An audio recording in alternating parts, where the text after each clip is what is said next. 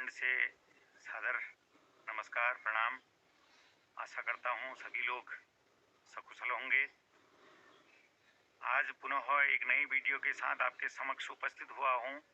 मुख्य प्रयोजन यह है कि NIS DLED के 31 अक्टूबर को होने वाली सुनवाई के संदर्भ में आपके द्वारा तरह तरह की बातें मेरे समक्ष रखी गई, जिसमें कई लोगों के द्वारा मुझे एक वीडियो लिंक भेजा गया YouTube का, जिसका अवलोकन करने के उपरांत मैं जिस अपेक्षा के साथ हमारे मित्र श्री पप्पू यादव जी से आस लगाए बैठा था कि 31 तारीख को होने वाली सुनवाई में उनका अहम रोल रहेगा और संपूर्ण देश में जो एक विवाद की स्थिति NIS DLED के लिए बनी हुई है उसका अंत हो जाएगा। पर उनके द्वारा वीडियो के माध्यम से ये कहा जा रहा है, यदि वो वीडियो में उसकी पुष्टि नहीं करता हूँ कि वो ऑडियो जिस चैनल पर प्रसारित की जा रही है, आपके द्वारा मुझे भेजा, ग्रुप में भी मैं देख रहा था, कई ग्रुपों में वो साझा किया गया है लिंक। मैं उस वॉइस की, उस आवाज़ की हमारे पप्पू यादव जी की ही है, इस बात की पुष्टि नहीं करता हूँ। यदि वह उन्हीं की आवाज़ होती है या उन्हीं के वो विचार होते हैं कि 31 तारीख को होने वाली सुनवाई को हम पोस्टपोन करेंगे करके, तो मैं व्यक्तिगत तौर पर इस बात का विरोध करता हूँ, क्योंकि हमारे द्वारा केस को खींचा जाना, आगे लंबा खींचा जाना, हम बेरोजगारों पर एक कुठाराघात है। वर्तमान स्थिति के आधार पर मुझे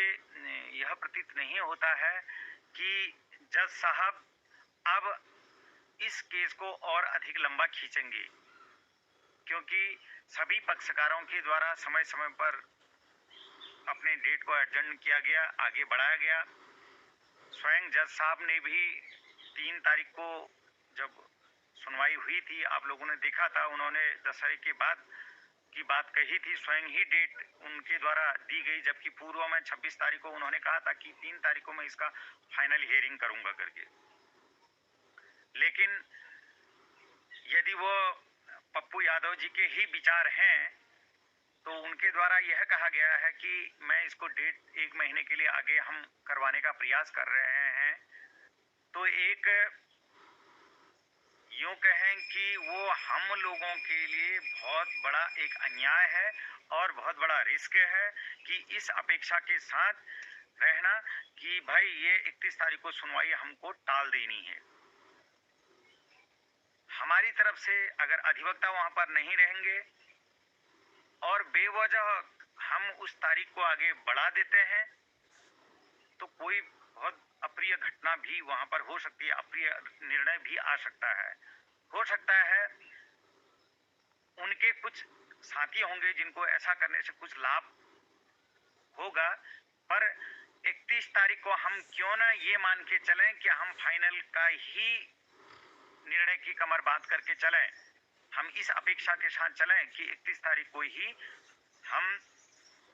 लोगों के पक्ष में निर्णय आए, इसके लिए हम तैयारी लेकर के चलें।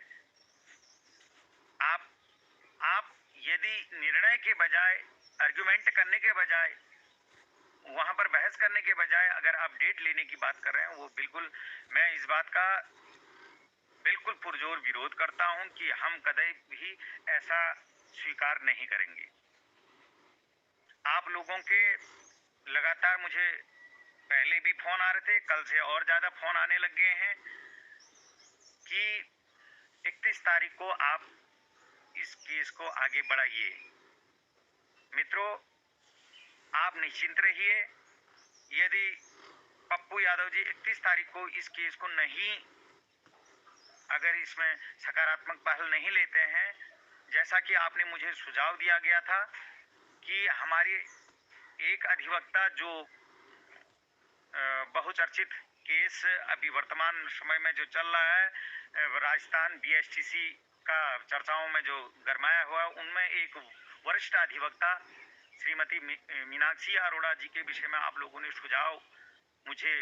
दिया है। यदि आप लोगों के सुझाव इस संदर्भ में आते हैं कि मीनाक्षी अरोड़ा जी जो वरिष्ठ अधिवक्ता हैं और डीएलएड को बखूबी जानती हैं, उनको आप हायर करने पर विचार कीजिए। मैं इस वीडियो के माध्यम से आप लोगों के इस विचार पर मंथन करूंगा। यदि आप लोगों के अच्छे सुझाव आते हैं तो आगे इस बात को बढ़ाऊंगा। यदि वास्तव में पप्पू यादव जी 31 को डेट लेने की बात कह रहे हैं तो मैं स्वयं अब जिस परिप्रेक्ष्य में मैं अपना खाता आप लोगों के साथ साझा नहीं कर रहा था, केवल इस वजह से कि अभी हमें आवश्यकता माननीय कपिल सिब्बल जी के हायर करने के लिए वित्त की बहुत हमको अच्छी आवश्यकता पड़ेगी, इसलिए मुझे यह खाता साझा करने में अपना संकोच हो रहा था। यदि आप लोगों का कोई ऐसा सुझाव आता है कि मीनाक्षी अरोड़ा जी को करना चाहिए, सभी लोगों का अगर सुझाव आता है तो हम उसमें विचार करेंगे और जल्दी ही हम इसके लिए आगे कदम उठाएंगे। और आशा करता हूँ आप इस वीडियो को सुनने के बाद अपनी प्रतिक्रिया देंगे। और मैं पुनः उसी बात को दोहरा रहा हूँ कि जो ऑडियो मुझ तक पहुँच रही है